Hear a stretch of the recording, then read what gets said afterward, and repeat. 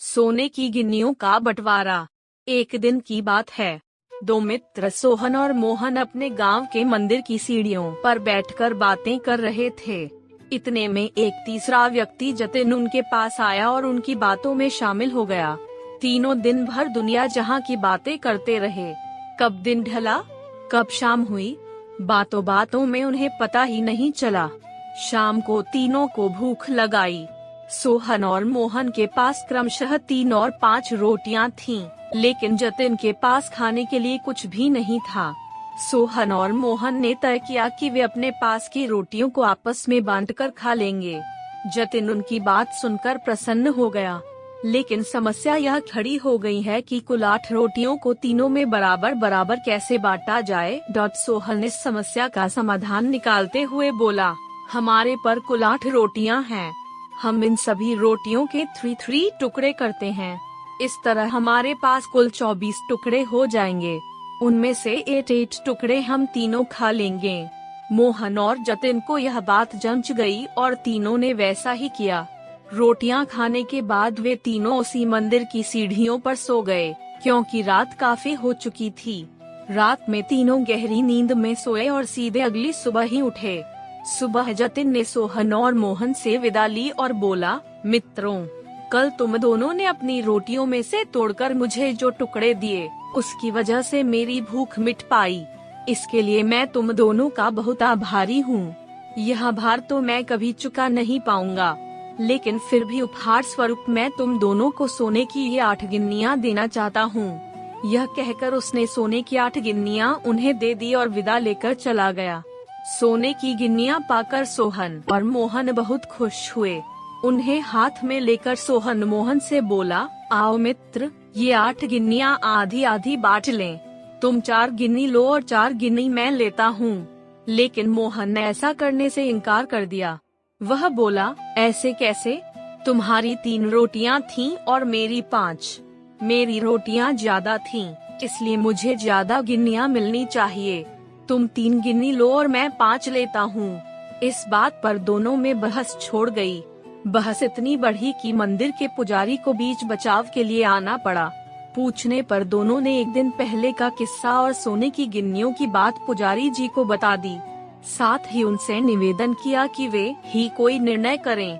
वे जो भी निर्णय करेंगे उन्हें स्वीकार होगा। यूँ तो पुजारी जी को मोहन की बात ठीक लगी, लेकिन वे निर्णय में कोई गलती नहीं करना चाहते थे। इसलिए बोले, अभी तुम दोनों ये गिन्नियाँ मेरे पास छोड़ जाओ।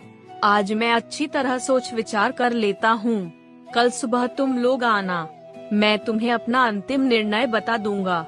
सोहन और मोहन सोने की गिन्नियाँ पुजारी जी के पास छोड़कर चले गए। देर रात तक पुजारी जी गिन्नियों के बंटवारे के बारे में सोचते रहे, लेकिन किसी उचित निष्कर्ष पर नहीं पहुंच सके। सोचते सोचते उन्हें नींद आ गई और वे सो गए। नींद में उन्हें एक सपना आया। उस सपने में उन्हें भगवान दिखाई पड़े। सपने में उन्होंने भगवान से गिन्नियों के बंटवारे के बारे में पूछा, तो भगवान बोले, सोहन को 1 गिन्नी मिलनी चाहिए और मोहन को 7। यह सुनकर पुजारी जी हैरान रह गए और पूछ बैठे, ऐसा क्यों प्रभु? तब भगवान जी बोले, देखो, राम के पास 3 रोटियां थी, जिसके उसने 9 टुकड़े किए। उन 9 टुकड़ों में से 8 टुकड़े उसने खुद खाए और 1 टुकड़ा जतिन को दिया। वहीं मोहन में अपनी 5 रोटियों के 15 टुकड़े किए और उनमें से 7 टुकड़े जतिन को देकर खुद 8 टुकड़े खाए। चूंकि सोहन ने जतिन को 1 टुकड़ा दिया था और मोहन ने 7, इसलिए सोहन को 1 गिन्नी मिलनी चाहिए और मोहन को 7। पुजारी जी भगवान के इस निर्णय पर बहुत प्रसन्न और उन्हें कोटि कोटि धन्यवाद देते हुए बोले, प्रभु, मैं ऐसे न्याय की बात कभी सोच ही नहीं सकता था।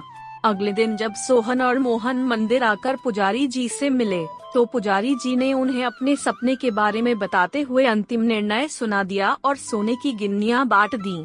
सीख: जीवन में हम जब भी कोई त्याग करते हैं या काम करते हैं, तो अपेक्षा करते हैं कि भगवान इसके बदले हमें बहुत बड़ा फल देंगे।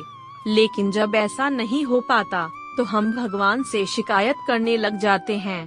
हमें लगता है कि इतना कुछ त्याग करने के बाद भी हमें जो प्राप्त हुआ वो बहुत कम है। भगवान ने हमारे साथ अन्याय किया है। लेकिन वास्तव में भगवान का न्याय हमारी सोच से परे है। वह महज हमारे त्याग को नहीं बल्कि समग्र जीवन का आंकलन कर निर्णय लेता है।